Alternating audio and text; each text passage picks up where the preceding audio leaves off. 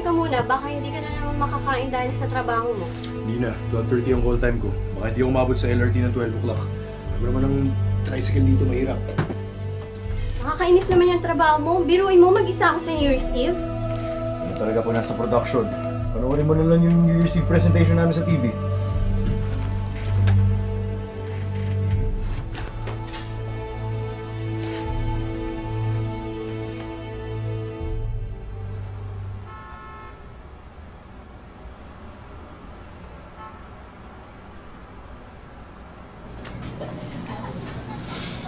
Ate Becky, pa-soft drinks nga.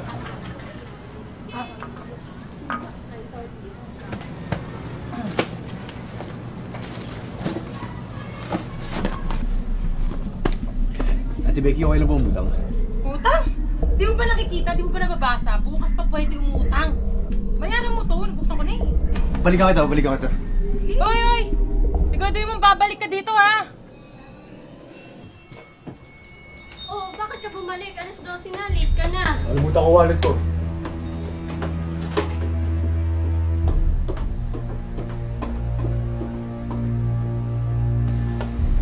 Oo nga pala, pahingin pang biling medyo noche. Binigyan na kita ng pera kanina. Tapos mag-isa ka lang naman dito mamaya. Pinabayad ko nga ng kuryente. Tsaka yun, nangako nga lang mag-isa, hindi mo pa ako maiwanan ng pera panghanda.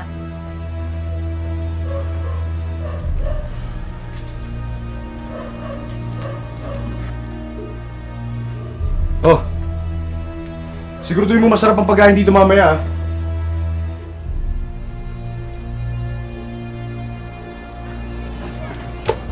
Ate Becky, ito na. Hindi, okay lang. Hindi ko na inimili. Thank you, ha?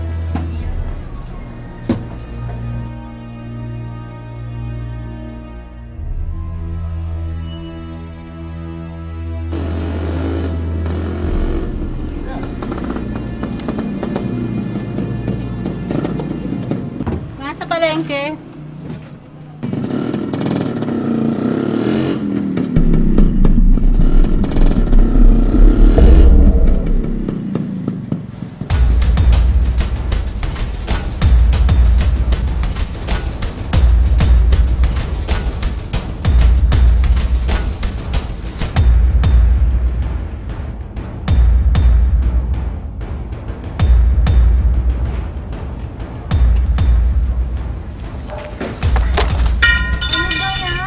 Bis!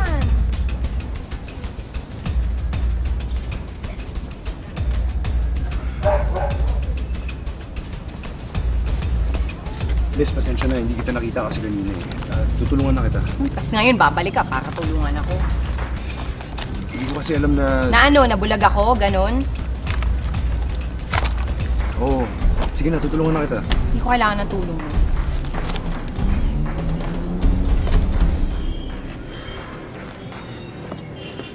Bis, huwag ka namang masungit oh. Ako pang masungit ngayon. Thank you ah.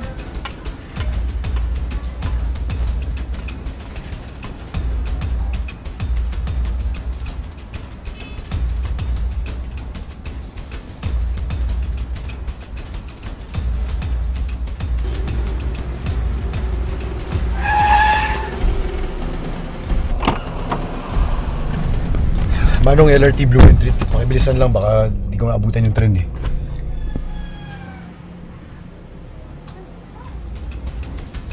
Pakibilisan lang. Di naman mawawala yung train, boss.